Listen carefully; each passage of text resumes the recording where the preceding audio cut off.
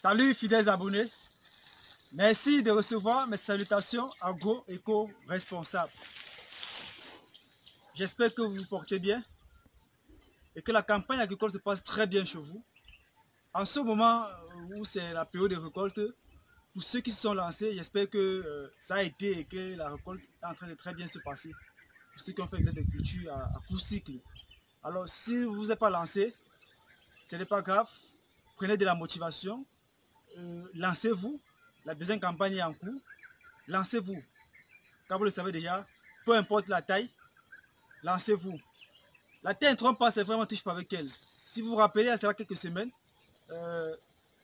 j'ai eu à partager une vidéo d'un promoteur qui a perdu assez d'argent dans la banane plantée, où le champ était dans un mauvais état, enherbé et autres. Aujourd'hui, je reviens encore avec cette petite vidéo pour vous montrer en fait l'état d'évolution des choses. Comme vous pouvez constater, comment le champ en ce moment se porte très bien. Il est propre, il est nettoyé, et les plants qui essaient de croître dans les très bonnes conditions. Donc nous avons fidèles abonnés pris les choses en main, apporter notre soutien, apporter notre expertise pour que les choses essayent d'avancer. Donc raison pour laquelle vous voyez en fait comment les choses sont en train d'évoluer quoi. Donc si vous regardez la vidéo là et la vidéo d'aujourd'hui, vous allez voir une très grande différence. Ceci c'est pour vous montrer en fait que lorsqu'on essaie de diagnostiquer et on prend les choses en main, il y a évolution. Donc les choses évoluent très bien. Mais dans cette vidéo, nous n'allons pas parler de la banane plantée aujourd'hui, nous n'allons pas parler de ce champ aujourd'hui. Peut-être plus tard on reviendra, mais vous pouvez admirer comment c'est beau, comment c'est joli. C'est le travail qui est fait derrière. C'est une planification, c'est une organisation, c'est une restructuration. Et voilà. Dans cette vidéo, fidèles abonnés, nous allons parler des cultures qu'il faut absolument éviter à faire sur une parcelle en location. Car nombreux sont ceux qui, pour un début, n'ont pas assez de moyens pour s'acheter une parcelle agricole et sont obligés de louer une parcelle. Nombreux sont ceux, par exemple, qui se mettent sur les parcelles, peut-être des oncles, des tantes, des cousins et frères. Ils empruntent la parcelle. Mais par moment, ils se trouvent en train de faire des cultures qui ne cadrent pas avec ce terrain. Pourquoi? Parce que le terrain ne vous appartient pas. Il y a des cultures que vous ne pouvez pas faire. Les cultures que vous pouvez facilement faire. Ok. Les cultures qu'il faut absolument éviter sur une parcelle en location, fidèles abonnés. Et en premier, la banane plantain. Lorsque vous louez un terrain, ou lorsque vous empruntez un terrain à un soi-disant frais, je pense qu'on peut aussi profiter et faire une petite balade dans le champ pour que vous puissiez voir quoi. En attendant que nous puissions parler de la banane plantain. Fidèles abonnés, je disais tantôt que lorsque vous empruntez une parcelle ou lorsque vous louez une parcelle, il y a les cultures que vous ne pouvez pas faire, notamment comme la banane plantain. Pourquoi? Parce qu'il y a différentes variétés. Il y a les variétés de 10 mois, 12 mois, 13, 14 mois, voire même 18 mois. Alors, si vous louez une parcelle, que ce soit pour un an, que ce soit pour 2 ans, pour 3 ans, et que vous mettez la banane plantée, vous allez ressortir perdant sur tous les plans. Pourquoi? Parce que quand le champ va entrer en plein potentiel de production, c'est là où vous allez vous trouver en train de libérer la parcelle. Et vous allez perdre. Pourquoi? Parce que là, actuellement, vous voyez par exemple ici, on a les rejetons qui sortent là. Vous voyez? Imaginez-vous que ce soit une parcelle où on avait loué. Quand ça va sortir comme ça, on sera obligé de retirer ces rejetons pour les commercialiser.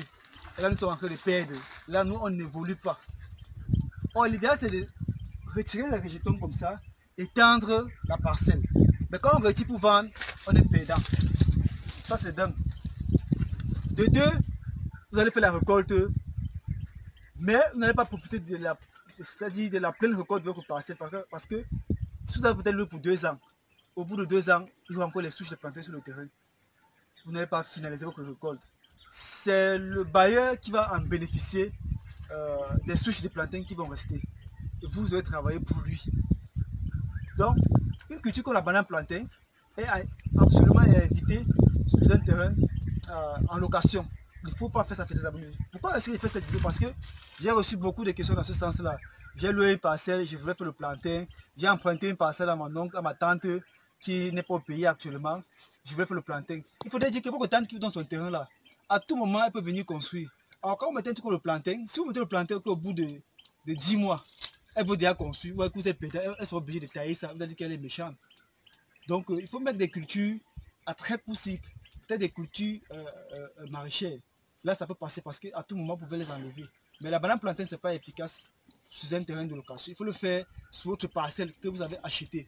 Bon, ça, c'est en premier. En second, comme culture, les cultures pérennes en général. Les arbres fruitiers, les palmiers.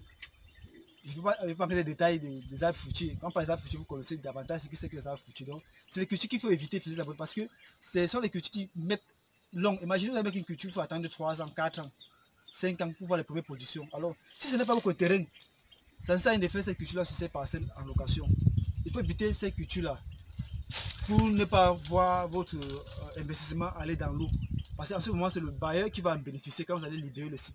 Parce que vous n'allez pas entrer dans vos fonds.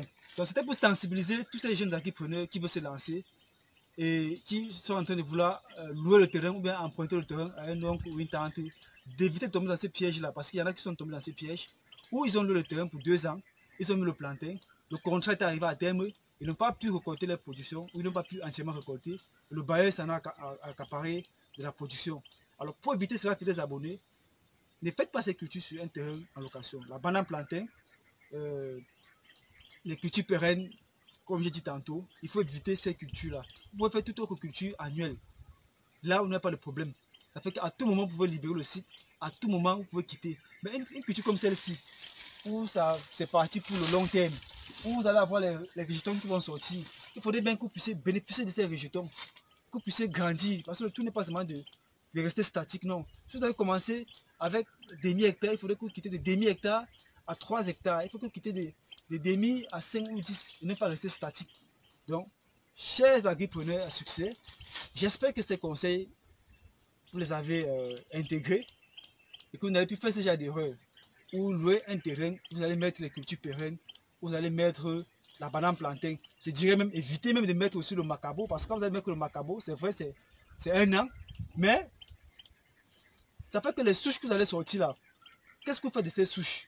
Vous n'allez pas véritablement en profiter. Il faut mettre ces cultures-là dans votre propre parcelle, dans votre propre champ. Parce que parfois, c'est les cultures comme ça qui attirent même souvent le vol. Le bailleur, parfois, il est parfois jaloux. Vous allez voir comment vous allez faire bien votre champ. Et puis, il vient dire, bon, libérer, parce qu'il voit comment vous avez mis une culture durable, une culture pérenne. Donc, fidèles abonnés, vraiment, évitez de faire ce genre d'erreur.